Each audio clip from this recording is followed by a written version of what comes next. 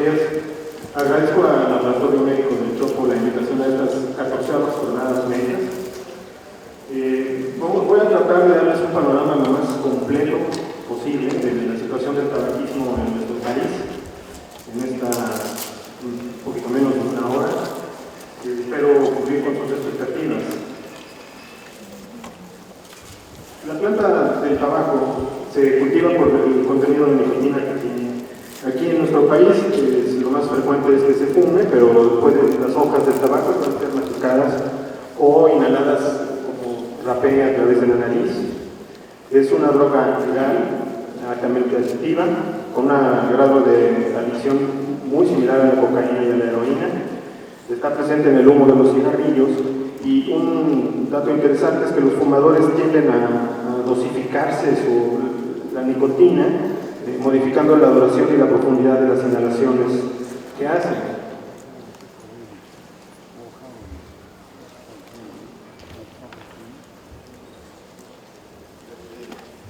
El humo del cigarrillo tiene una corriente principal o central, que es la que inhala el fumador, una corriente lateral que está a menor temperatura, que es la que se produce entre fumadas en el cigarrillo, y se menciona que en esta corriente lateral hay sustancias muy dañinas debido a que la pirólisis del tabaco ocurre a unas temperaturas menores.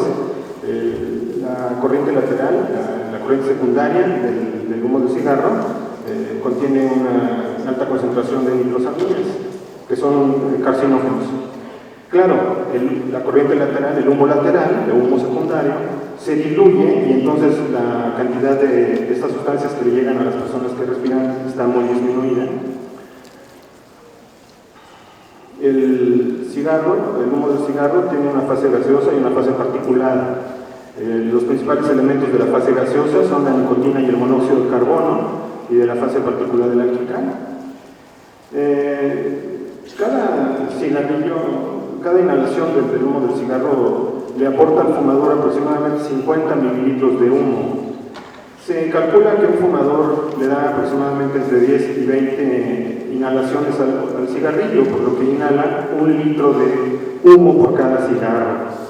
Y bueno, el cigarro tiene una cantidad enorme de sustancias, se han contabilizado aproximadamente 4,000, y además tiene una cantidad de aditivos y de saborizantes que agrega la industria tabacalera para quitar el mal sabor que en realidad tiene el humo. Le pueden agregar chocolate, miel, pachuli, aromáticos, para tratar de mitigar esa cosa desagradable del humo.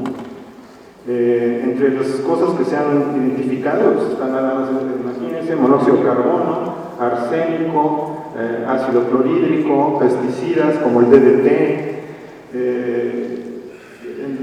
hay muchas otras sustancias dañinas, que son aproximadamente 400. En la fase gaseosa tenemos al monóxido de carbono, que como ustedes saben es un veneno respiratorio, las nitrosaminas, los aldehídos, la cloreína, el amonio, el cloro de vinilo, etc.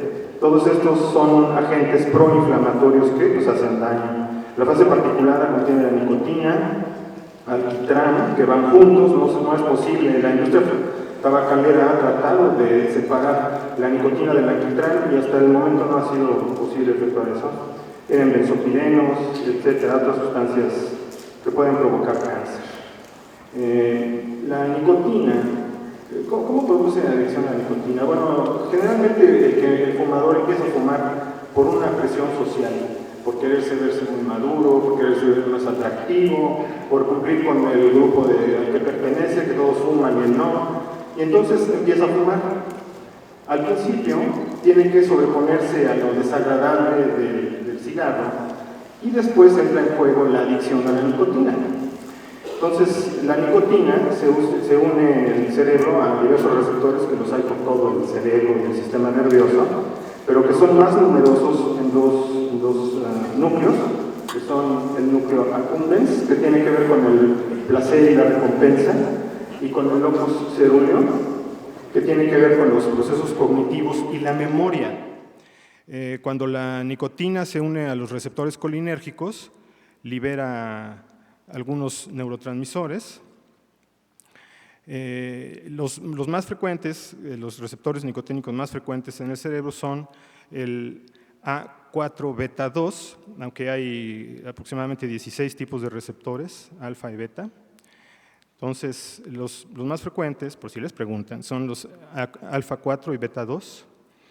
Cuando estos receptores se unen a sus sitios de unión, cuando la nicotina se une a estos receptores, libera diversos neurotransmisores, que es lo que hace que el fumador se sienta bien. Puede liberar dopamina, que sobre el núcleo accumbens produce placer, disminuye el apetito. Norepinefrina, que es lo que hace que el fumador ande alerta, estimulado. Acetilcolina, que interviene en los procesos cognitivos. La vasopresina, que mejora la memoria. La serotonina, que disminuye el apetito, mejora el humor. Y beta-endorfinas, que en general pues, lo hacen a uno sentir bien. De acuerdo a datos de la OMS del 2011, el tabaco mata 6 millones de personas al año. Si la tendencia continúa como hasta ahora, morirán 8 millones de personas cada año y lo más, pues no sé, injusto es que el 80% de estas muertes ocurrirán en países en vías de desarrollo. De acuerdo a encuestas que se han hecho, se ha determinado que la mayoría de los fumadores no están conscientes de los daños que ocasiona el tabaco y la mitad de las personas que fuman morirán de alguna de las enfermedades que ocasiona el tabaco. Este es los resultados de un estudio que se hizo en Inglaterra, midiendo los niveles de un metabolito de la nicotina en plasma, que se llama cotinina, y se correlacionó con el nivel socioeconómico. Podemos ver que las personas que tienen mejor nivel socioeconómico tienen un nivel de cotinina más bajo que las personas de un nivel socioeconómico más bajo. Esto quiere decir que entre más educada y más dinero tiene la gente, menos fuma. Entre menos educada y menor capacidad económica tiene la gente, más fuma, que es donde tienen mayor impacto. En México se han hecho diversas encuestas. Ustedes han de haber oído hablar de la encuesta nacional de adicciones, aunque también hay otro tipo de encuestas que se hacen entre gente joven, entre adultos, etcétera. Y esto integra el sistema de monitoreo del tabaquismo en México. Y pues les presento los datos más recientes que hay, que son del año 2008-2009. Se ha determinado que en promedio la edad a la que empiezan a fumar las personas en México son 17 años, lo cual se ha ido reduciendo.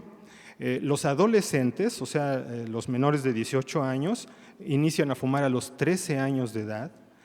Los adultos, en general, empezaron a los 17 años. O sea, como ustedes ven, las personas cada vez se inician en el tabaquismo a una edad más temprana.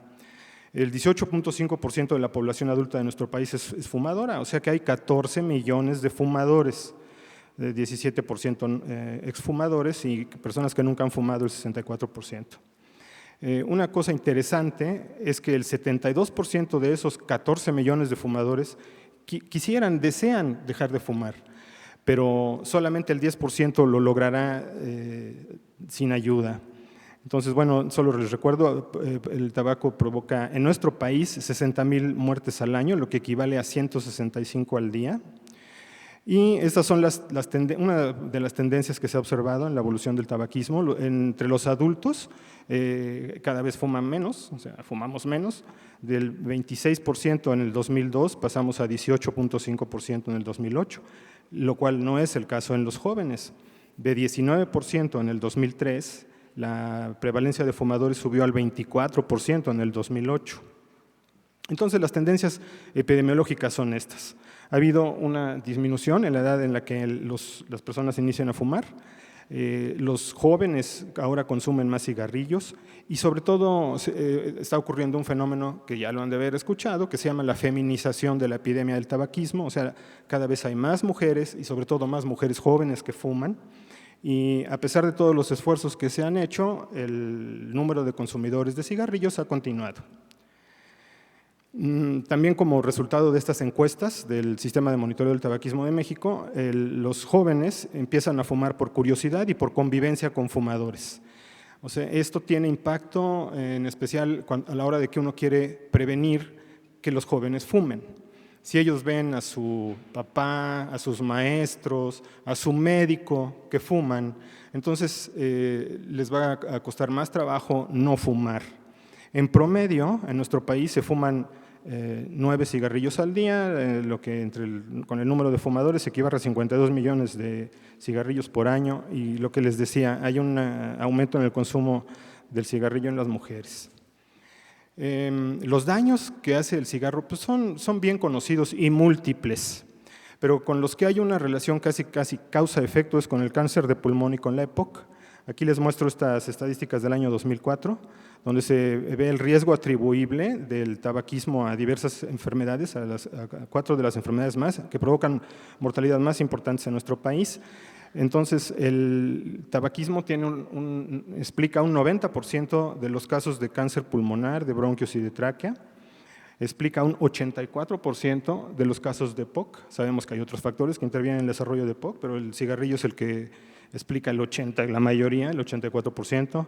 Lo mismo pasa con la enfermedad cardiovascular, el tabaco explica el 51% de los casos, y con la enfermedad isquémica del corazón explica el 45% de los casos. Una cosa interesante que vale la pena mencionar es que todos ustedes cuando compran algún producto, pues no sé, alimenticio, un medicamento, lo que sea, en el paquete dice lo que tiene, ¿verdad? En una cajita de jugo dice tiene tanto de azúcar, tanto de conservadores, tanto de sodio, etcétera. Y hasta ahora la industria tabacalera ha hecho malabares con el fin de que no se le exija que diga cuáles son las sustancias que le agrega al cigarro. Estoy seguro de que si nos pusieran en las cajetillas de cigarro lo que le agregan las compañías tabacaleras, nadie fumaría. Este póster me encanta, porque así es. Este póster debería estar en todos lados, porque esos son los efectos que hace el cigarrillo en el cuerpo humano. El cigarrillo tiene que ver con cosas tan aparentemente sin importancia,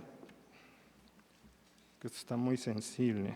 Tiene que ver con cosas aparentemente sin importancia como las arrugas, como la caída del cabello, como los dientes manchados, hasta problemas tan serios como amputaciones, cáncer, disfunción sexual y por supuesto las demás enfermedades que todos sabemos que provoca, neoplasias en la piel, cáncer a diversos niveles, problemas circulatorios, etcétera. Si las personas vieran este monstruo, que en realidad es el efecto del cigarrillo en el cuerpo, creo yo que no fumarían tanto. Los fumadores luego recurren a ciertas estrategias que en su mente les sirven como para disminuir el daño que pudiera hacer el cigarrillo. Entre esas estrategias están el fumar menos cigarrillos por día, el cambiar a cigarrillos aparentemente light, el cambiar a puro o pipa, porque se dice que se fuma menos, fumar otro tipo de cigarrillos que no son de tabaco, por ejemplo, que son de algún otro producto. En otros países se cambia a tabaco sin humo. En nuestro país es muy raro que la gente mastique tabaco o lo inhale por la nariz. Y usar algún reemplazo de nicotina para disminuir el número de cigarrillos. Esto no funciona. La industria tabacalera se dio cuenta desde los años 60 que pues, el cigarrillo hacía daño, y entonces intentó de alguna manera compensar y decir, estoy haciendo algo porque me interesa la salud de mis consumidores. Y entonces le agregaron filtro al cigarro y trataron de hacer filtros eficientes, lo cual no ha sido posible obtener. Y una de las soluciones que se les ocurrió fue hacerle estos agujeritos, que son casi microscópicos. Si ustedes ven cigarrillos, creo que la mayoría los tienen ya, estos agujeritos, tienen como objetivo diluir el humo que aspira el fumador. Entonces, pero esto es una cosa aparente. O sea, aquí podemos ver en esto el contenido de alquitrán y de nicotina de los cigarrillos. Como ustedes ven, tiene una relación pues, directamente proporcional, entre más alquitrán, más nicotina. No se puede separar la nicotina del alquitrán. Si se pudiera lograr eso, tal vez algunos de los problemas que ocasiona el cigarrillo se evitarían. La otra cosa es que eso depende ya por genética. Los fumadores tienden a mantener niveles estables de nicotina y generalmente en intervalos muy estrechos. El fumador se va dando cuenta cuáles son los niveles que ni son demasiado bajos, o sea, que le quitan el síndrome de abstinencia, pero tampoco son demasiado altos, o sea, no le dan una sobredosis de nicotina. Y aquí tenemos esta gráfica que revela que este es el contenido de cigarrillos light de nicotina, o sea, cada vez menos, ¿no? Menos en relación a una cantidad, este tiene menos 0.1, menos 0.2, etcétera, o sea, cada vez tienen menos nicotina. Pero vean ustedes el consumo real de los fumadores. Los fumadores tratan de mantener siempre el mismo nivel de nicotina, aunque les den cigarrillos que tienen bajo contenido de nicotina. Entonces, esto lo logran a través de un mecanismo que se llama compensación. Como les mencioné al principio, los fumadores, si les dan un cigarrillo bajo nicotina, pues lo inhalan más profundamente o con mayor frecuencia para mantener estables los niveles de nicotina. Ahora bien, si uno deja a los fumadores así a su voluntad, tal vez el 3% puedan dejar de fumar, solo con la pura fuerza de la voluntad. Sin embargo, el consejo de un médico que les informe acerca de los riesgos del fumar y de los beneficios que tiene el dejar de fumar, hace que esto casi se duplique, que del 3-4% pase al 5 o 6%. Si además del consejo del médico se les da terapia de reemplazo de nicotina, esto todavía se duplica, hasta el 10%. El apoyo intensivo por un médico, por un especialista, no tiene que ser médico, en clínica del tabaquismo, logra tasas de éxito de 10%. Y el apoyo por un especialista para dejar de fumar más terapia de reemplazo puede tener hasta un 18%. Cuando uno se enfrenta a un fumador, tiene que determinar dos cosas. ¿Qué tan motivado está para dejar de fumar y qué tan adicto está a la nicotina? La motivación, eso es muy fácil de averiguar, eso se hace preguntando. ¿Le gustaría a usted dejar de fumar? ¿Quiere dejar de fumar o no? Y si es así, ¿planea hacer algún intento por dejar de fumar pronto? Ahorita les voy a enseñar las etapas por las que pasa el proceso de dejar de fumar, pero nosotros se ha tratado que el averiguar el tabaquismo sea como un signo vital. Así como uno checa la presión, la temperatura, etcétera, debe preguntar si la persona fuma, cuánto fuma y otras preguntitas que ahorita vamos a ver. Entonces, como les decía, muchos fumadores les gustaría dejar de fumar, pero no pueden, 70%. Cuando les pregunta a uno, ¿usted haría un intento por dejar de fumar? Pues casi la mitad contestan que sí. ¿Alguna vez intentó dejar de fumar en su vida? Un tercio lo han intentado. ¿Ha usado algún medicamento para dejar de fumar? 8%. Y apenas un 2% han acudido a alguna clínica de ayuda para dejar de fumar, para recibir algún tratamiento. El grado de adicción a la nicotina se determina mediante este cuestionario, la prueba de dependencia a la nicotina de Fagerström, que es un cuestionario validado y que es muy sencillo, son seis preguntitas autoadministradas. ¿Cuántos cigarrillos fuma usted al día? ¿Cuánto tiempo después de despertarse comienza a fumar? ¿Qué cigarrillo le es más difícil no fumarse? ¿Le es difícil fumar donde está prohibido? ¿Fuma más por las mañanas que el resto del día? ¿O fuma incluso cuando está enfermo? Estas son preguntas muy sencillas que se pueden contestar muy rápido. Si la persona fuma menos de 10 cigarrillos, se le dará un punto. Si fuma de 20 a 30, 2 puntos, y más de 30, 3 puntos. ¿Cuánto tiempo pasa entre que se despierta y fuma por su primer cigarrillo? Si pasan menos de 5 minutos, que hay fumadores que despertándose ya se están fumando su cigarrillo, le tocan 3 puntos. De 60 minutos, de 6 a 30 minutos le tocarán 2 puntos y así. ¿Qué cigarrillo le es más difícil omitir? El primero de la mañana, le tocarán 2 puntos, y etcétera. ¿Por qué le da uno tanta importancia al cigarrillo de la mañana? Pues porque eso nos habla del grado de síndrome de abstinencia que tiene el paciente. Pacientes que tienen un síndrome de abstinencia muy severo tendrán un deseo incontrolable de fumarse un cigarrillo en cuanto se despierten. Pacientes que no tienen un síndrome de abstinencia tan severo podrán aguantar un ratito en fumarse su primer cigarro. El camino por el que pasa el fumador desde que fuma hasta que se abstiene pasa por algunos pasos.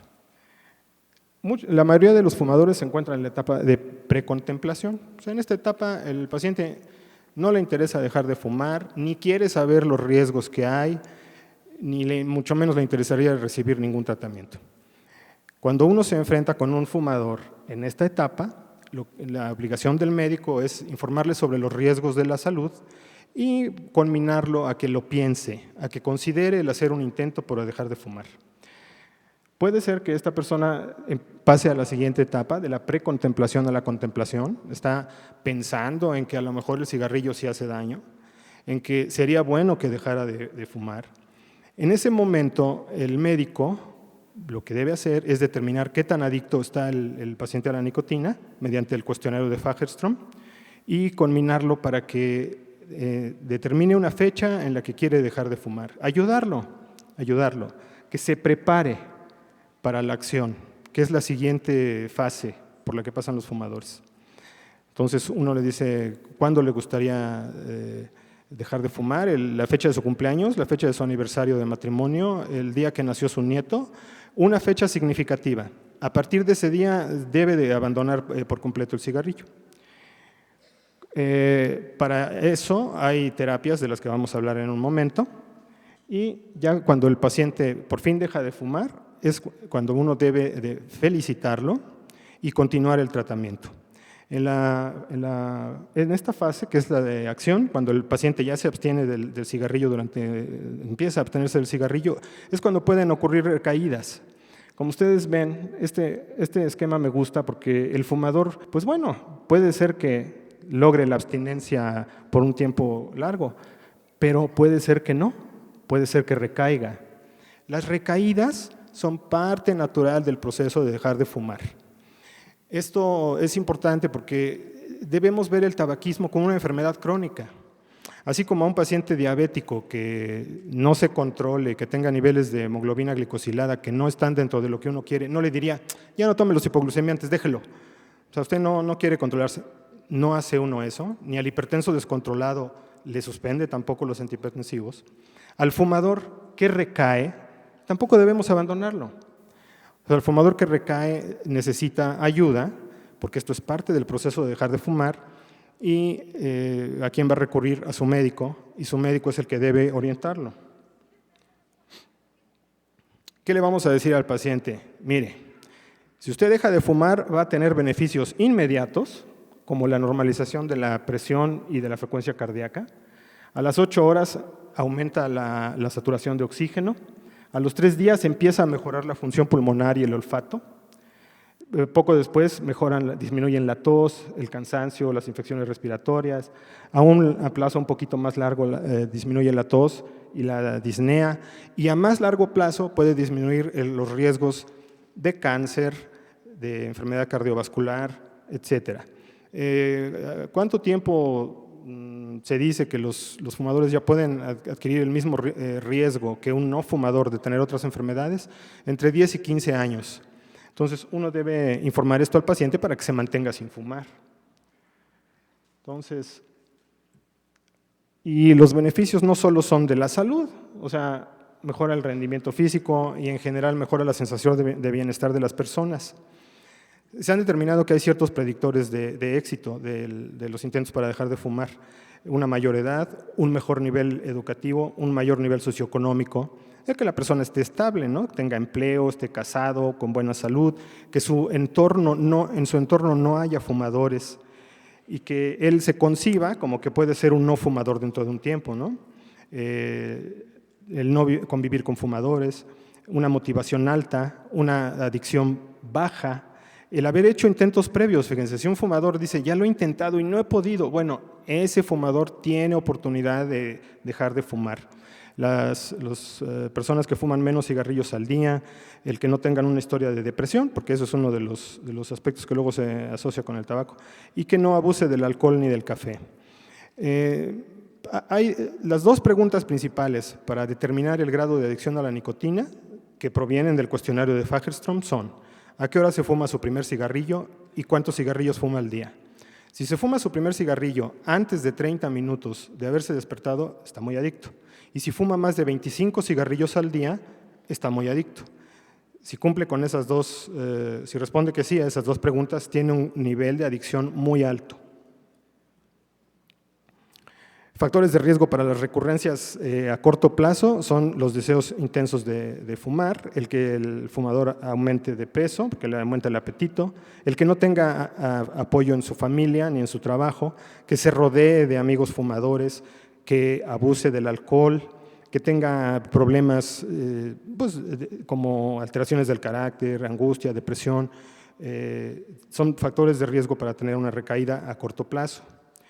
Ya a más largo plazo, todos seguramente hemos visto casos así, personas que atraviesan por una crisis, el fallecimiento de un familiar, la enfermedad de alguien, etcétera, angustia por algún motivo, vuelven a recaer.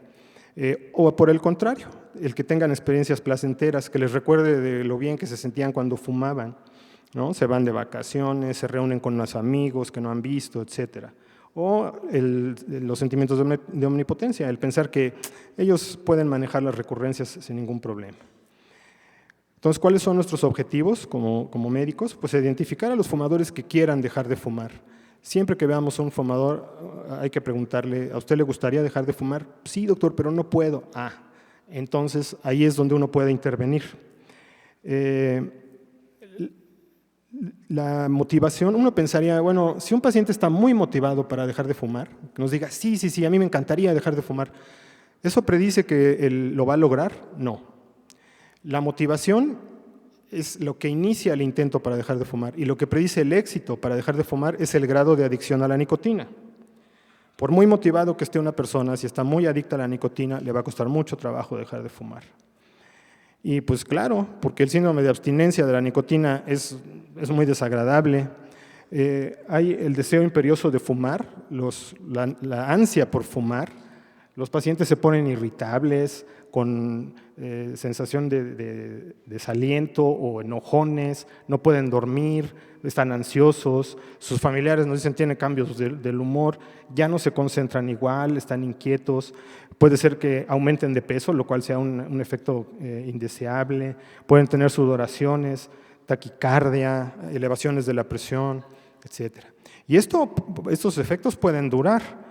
O sea, la sensación de ligereza en la cabeza puede disminuir en las primeras 48 horas, pero vean, los trastornos del sueño pueden durar una semana, los de la concentración 2 semanas, los deseos de nicotina 2 semanas, irritabilidad, depresión, etcétera, pueden durar un mes, y el aumento del apetito puede durar hasta un poco más de 2 meses, y son muy frecuentes. ¿De qué recursos podemos echar mano para ayudar a los fumadores? Hay 2. Que son los que se han comprobado que funcionan: las estrategias conductuales y el tratamiento farmacológico. Las estrategias conductuales son el consejo médico y la terapia psicológica de grupo. El consejo médico puede ser breve, durar 2 o 3 minutos, en lo que uno le informa al paciente, mire, el cigarrillo es malo, hace daño, usted se va a beneficiar si deja de fumar, lo cual nos toma 3 minutitos. O el mismo consejo puede ser intensivo. Esto de intensivo se refiere a la duración en la que uno platica con el paciente. Perdón.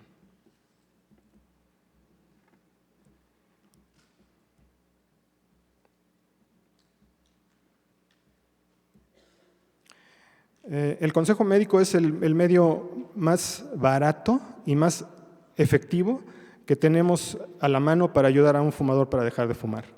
Como ustedes ven, 5 o 6% de los fumadores que ustedes les digan, le recomiendo que deje de fumar, van a dejar de fumar sin ninguna otra intervención.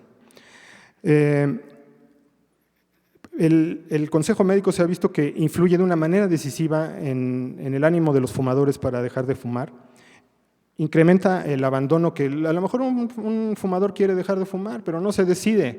Pero si el médico lo ayuda, le da ese breve consejo acerca de informándole los daños de fumar, los beneficios, eso se incrementa 2 veces y media. O sea, ustedes, si se ven un número alto de fumadores, nada más aconsejándolos, van a lograr que 6% de ellos, los cuales pueden ser algunos, dejen de fumar. Y cuando se les ha preguntado a los fumadores, pues consideran el consejo de su médico una motivación muy importante para dejar de fumar. Ahora, ¿qué es la terapia psicológica de grupo?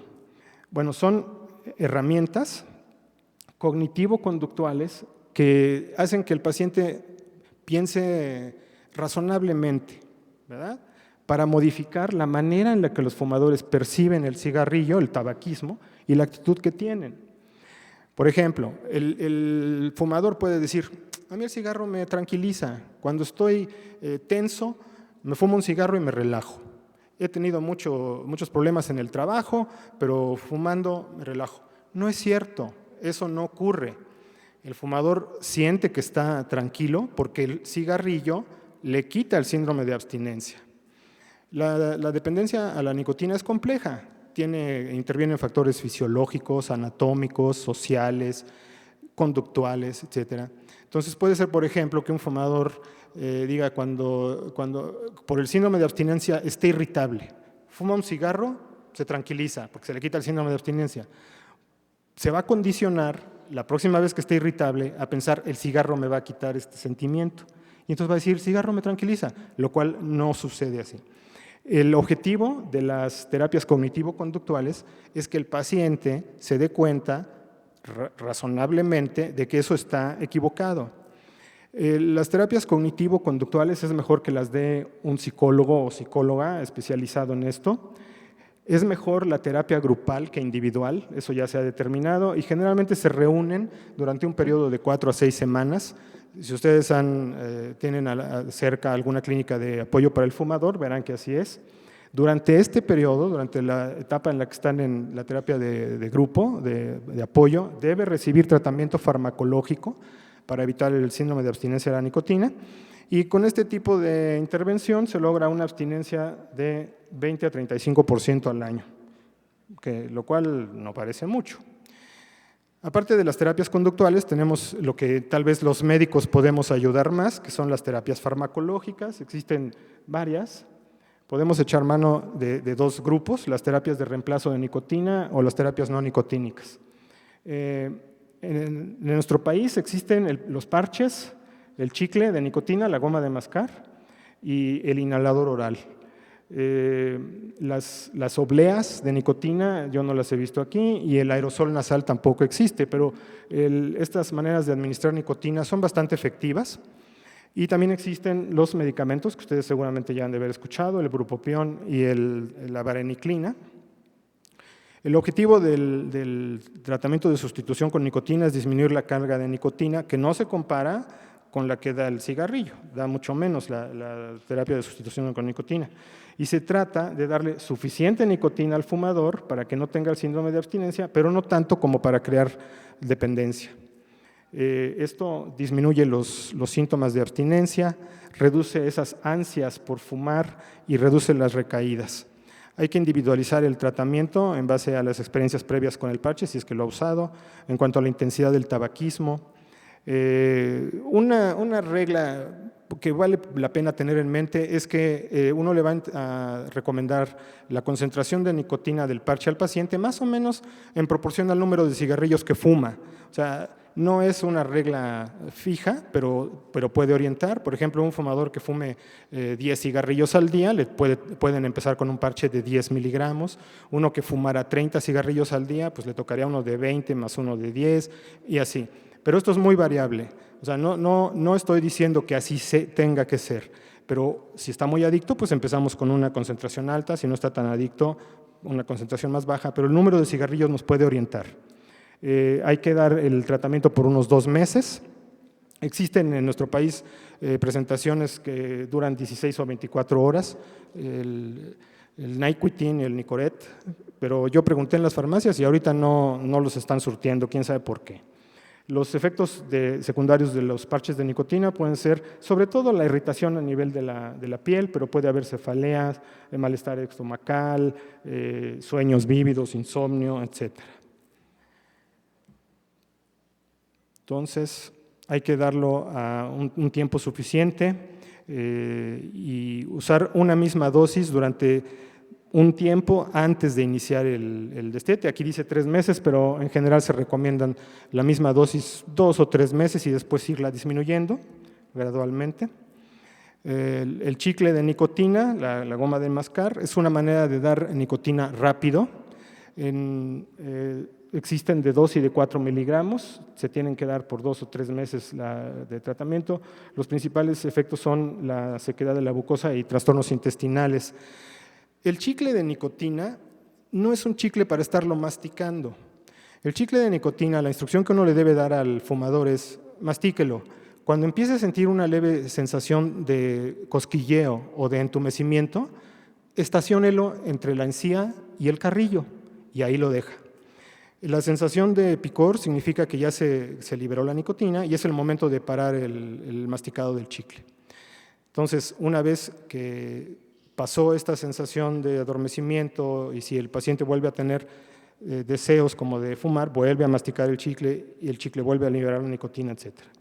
Entonces, como habíamos dicho, si los pacientes están muy adictos a la nicotina, más de 25 cigarrillos al día, les tocará comenzar con la de 4 miligramos y se pueden, de las de 2 miligramos, usar hasta 30 chicles al día. La presentación de 4 miligramos, no exceder de 20 chicles al día. Hay que, en el embarazo, enfermedades cardiovasculares, y si el paciente tiene efectos adversos importantes, es mejor no darlo, mejor parches. El inhalador bucal es viene un dispensador que parece, bueno, tiene la forma más o menos de un cigarrillo. El aerosol bucal es bueno indicárselo a las personas para las quienes es muy importante las sensaciones táctiles del cigarro, el tener algo en la mano, el tener algo en la boca. Ellos pueden beneficiarse de esta terapia de reemplazo de nicotina. Los principales efectos secundarios son la irritación. Se pueden hacer 60 disparos de estos al día, o sea, el inhalador de nicotina tiene una flexibilidad en cuanto a la dosis muy alta. Entre las terapias no nicotínicas, actualmente existen 2 medicamentos que han sido los más estudiados, el bupropión, el Wellbutrin, que es un antidepresivo monocíclico que aumenta la concentración de dopamina en el núcleo accumbens, que como que vimos es el área del placer, y además también actúa sobre el locus cerúleus, que inhibe los disparos noradrenérgicos. El Wellbutrin, el bupropión o anfebutamona, como se llama también, viene en tabletas de 150 miligramos. Los primeros 3 días hay que darlo una vez al día y después una vez cada 12 horas. Es importante recordar que cuando una persona utiliza los parches de nicotina no debe fumar. Si uno le dice al fumador cuál es la fecha que escogió, el cumpleaños de su nieta, bueno, a partir de ese día se pone los parches y no fuma. En cambio, con el bupropión y con la vareniclina, uno empieza a dar el tratamiento 8 días antes de esa fecha y el día de la cesación, pues ya continúa, ¿sí? Entonces, tomando el bupropión y la vareniclina, la persona puede seguir fumando, pero llegando la fecha que se determinó de abandono, debe dejar de fumar. El tratamiento puede ser 2 a 3 meses, pero se puede dar hasta 6 meses. Y bueno, lo principal del bupropión es que puede producir en personas que tengan susceptibilidad, convulsiones y problemas gástricos. Todos estos pueden producir náuseas. Otro medicamento que recientemente se ha promovido es la vareniclina, que pues parece el mejor. Es un agonista parcial de los receptores más numerosos que hay en el cerebro, que son los alfa-4 beta-2. Bloquea la acción de la nicotina, disminuye las ansias por consumir el cigarrillo, disminuye el síndrome de abstinencia y los efectos de recompensa de la nicotina. El Champix, la vareniclina, viene en comprimidos de 1 miligramo. La primera semana ya vienen a la presentación, porque al principio empieza uno con medio miligramo una vez al día por 3 días, aumenta la dosis a medio miligramo 2 veces al día por 4 días, es una semana, y cuando llega el momento de la abstinencia, el día que seleccionaron, empieza a tomar 1 miligramo cada 12 horas por 3 meses, aunque se puede tomar hasta 6 meses. Otra cosa interesante es que uno puede combinar estas modalidades de tratamiento. Puede tener medicamentos de control más medicamentos de rescate. Por ejemplo, alguien puede utilizar parches de nicotina y además, si tiene muchas ansias de fumar, mascar chicles de nicotina. O puede utilizar el bupropión y parches de nicotina. La única combinación que no se recomienda es la vareniclina con parches de nicotina. Entonces, una forma de nicotina con otra, sí. Bupropión con nicotina, también. Vareniclina con nicotina, no, porque están inhibiendo los receptores de la nicotina y si encima fuman, se anula el efecto. La tasa de éxitos se duplica cuando uno combina tratamientos, produce periodos de abstinencia más largos el combinar los tratamientos y puede darse modalidades de reemplazo de nicotina, de absorción rápida y lenta combinadas de una manera segura.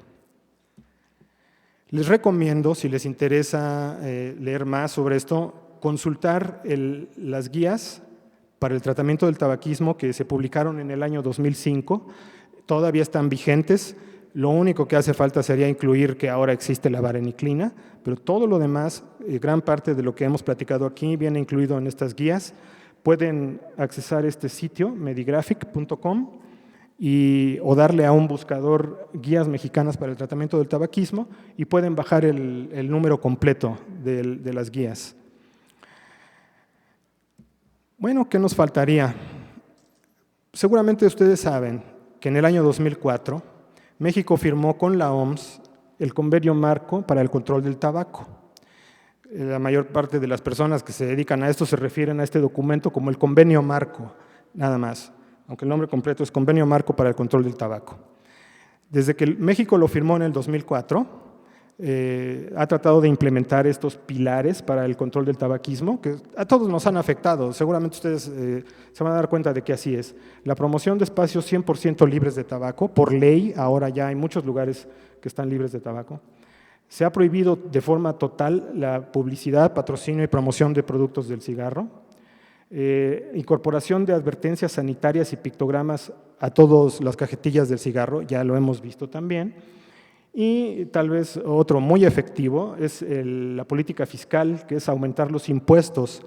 Ya se ha visto que cada 5% que aumenta el costo de los cigarrillos, un 10% de los jóvenes deja de fumar porque no tienen tanta capacidad económica. Entonces, estos 4 pilares de las políticas que propuso la OMS se llevan a cabo en México en base a la Ley General para el Control del Tabaco, que originó el Reglamento para el Control del Tabaco en México y que ahora ya está vigente. Y también se incluye el programa contra el tabaquismo. En este documento, que está muy bueno, se menciona que a dónde pueden recurrir los pacientes que no tengan seguridad social, etcétera. Pues bueno, a los centros de atención a las adicciones que se llaman Nueva Vida. No todos tienen clínica para dejar de fumar, pero los pueden orientar.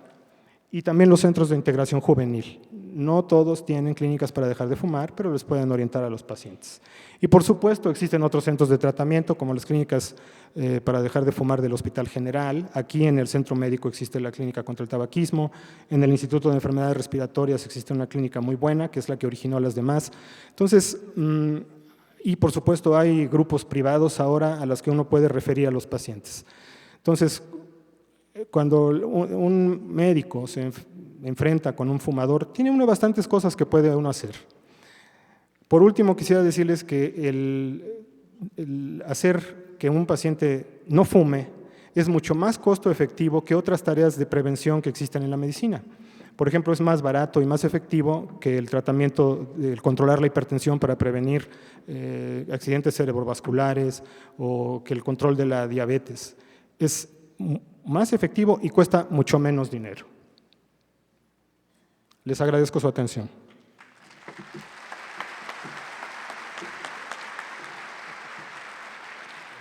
Sí, soy el doctor Isaías Martínez Ávila para servirle de Texcoco, soy neumólogo. Yo lo que quiero comentar es lo siguiente, relacionado con las clínicas para dejar de fumar. Realmente en su estadística que usted refirió, solamente el 2% de los que fuman asisten a ellas. Y realmente cuando uno va a esas clínicas, inclusive yo tengo una, es muy poca la gente que va. ¿Por qué? Porque estamos nada más esperando, estamos sentados. Eso está mal. Realmente se tiene que hacer una promoción de sensibilización y concientización, o sea, tratar de captarlos a través de los médicos de primer contacto y de alguna manera a ellos invitarlos, ya que los tenemos captados, para que asistan. No nada más a los que quieren dejar de fumar, sino a los que no quieren. O sea, tenemos que convencerlos para que asistan a esas clínicas y no estar esperando. Gracias.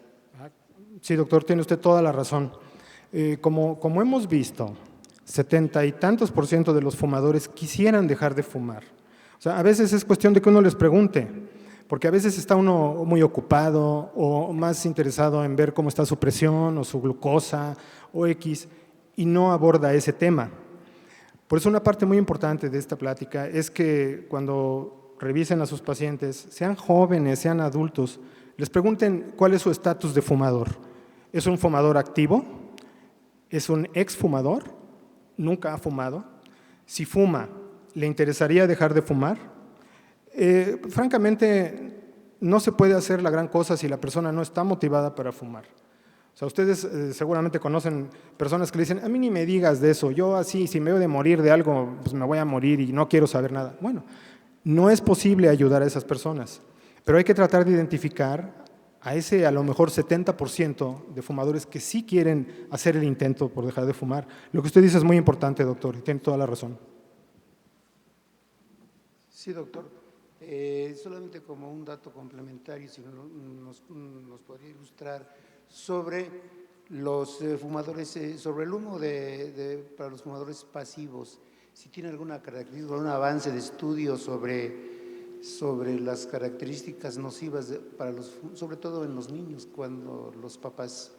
Ese sería muy útil para esta plática.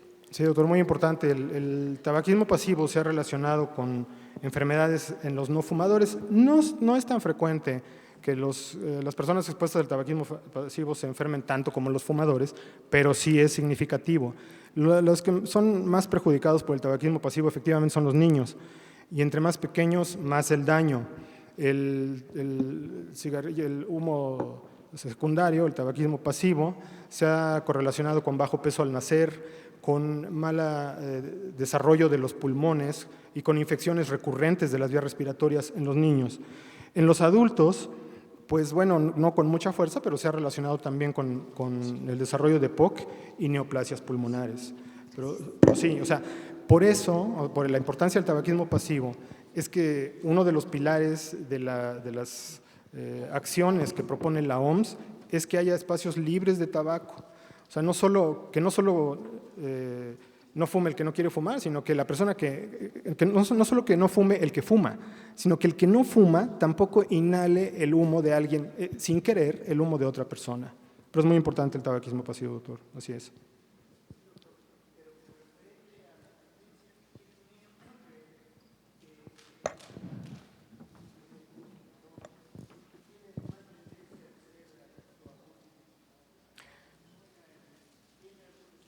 Por supuesto. O sea, si un niño uno de sus papás es fumador, vimos que ese es uno de los factores de riesgo para ser fumador.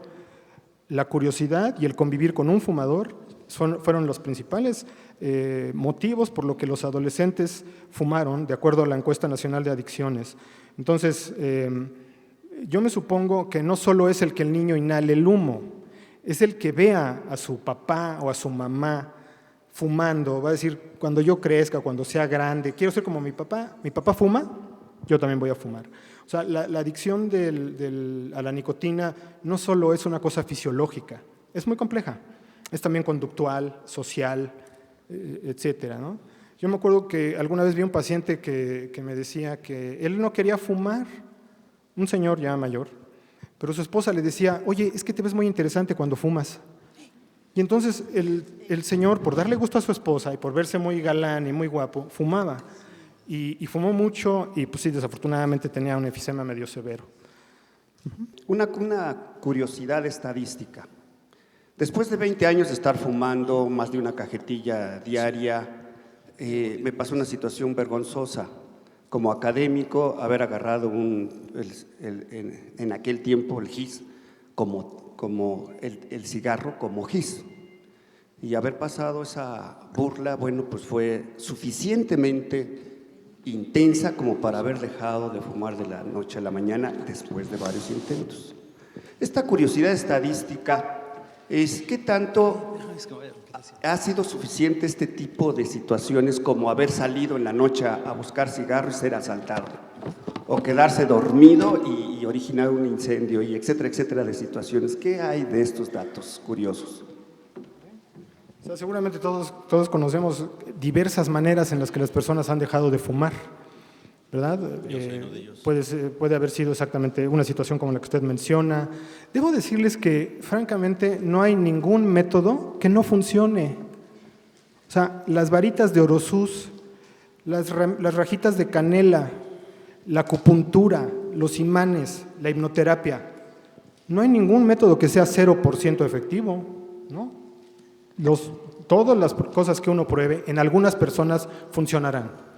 Si en esta persona funcionó la burla, o en la persona que asaltaron funcionó el estrés, el miedo, el de volver a decir, ya no quiero repetir esto de ir a comprar cigarros y que me asalten, en él funcionó. Claro, hay diversos tipos de eficacia, ¿no? O sea, es más efectivo el parche de nicotina, los tratamientos, la terapia conductual, que las varitas de Orosus. Pero sí, cada persona puede variar el método por el que deje de fumar. Intenté fumar, no. ¿De acuerdo? Sí. Buenos días, doctor. Yo una pregunta. Estoy hasta acá de este lado. Acá. Buenos días. Mire, como sabemos, en México ha aumentado mucho el tabaquismo en las mujeres. Y en la consulta nos encontramos muchas pacientes embarazadas con un tabaquismo de moderado a intenso. En su experiencia, doctor, ¿qué se hace con esas pacientes o cómo se les puede orientar? Híjole, es un caso muy especial y difícil, doctora, tiene usted razón, y particularmente grave. O sea, ahí no está afectada una persona, están afectadas 2 personas, y de las cuales una, que es el producto, puede tener una afectación seria, grave, bajo peso al nacer, posibilidades de morir poco después del parto, etcétera, ¿no? Entonces, lo que uno debe hacer es darle el consejo breve, médico, a la paciente, y en las mujeres embarazadas se pueden usar los parches de nicotina. No se recomiendan las otras modalidades, el bupropión y la vareniclina, y de preferencia el chicle y el inhalador tampoco.